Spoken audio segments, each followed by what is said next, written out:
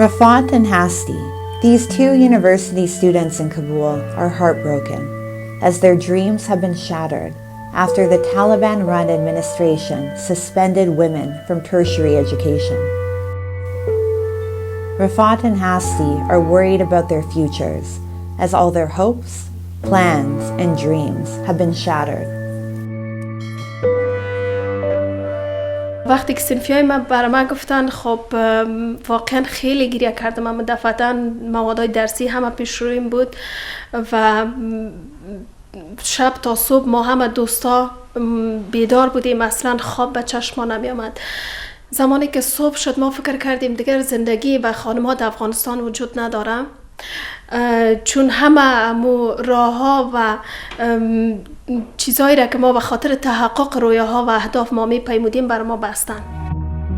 The scenes outside universities in Afghanistan turned emotional as soon as the Higher Education Ministry announced the decision to bar women from attending classes.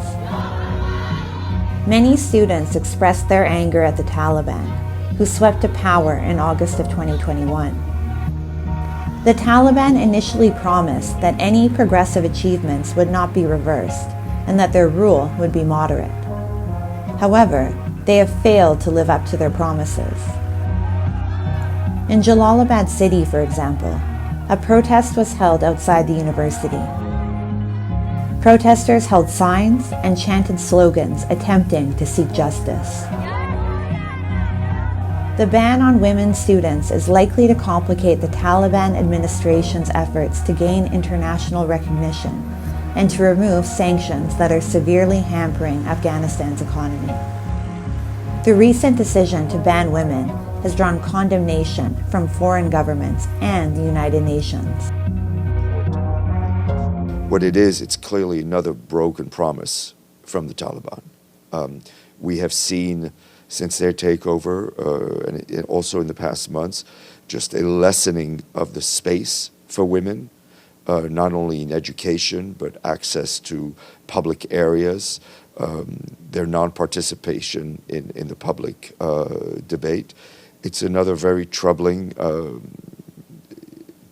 move, and it's difficult to imagine how a country can develop, can deal with all of the challenges that it has without the active participation of women and the education of women.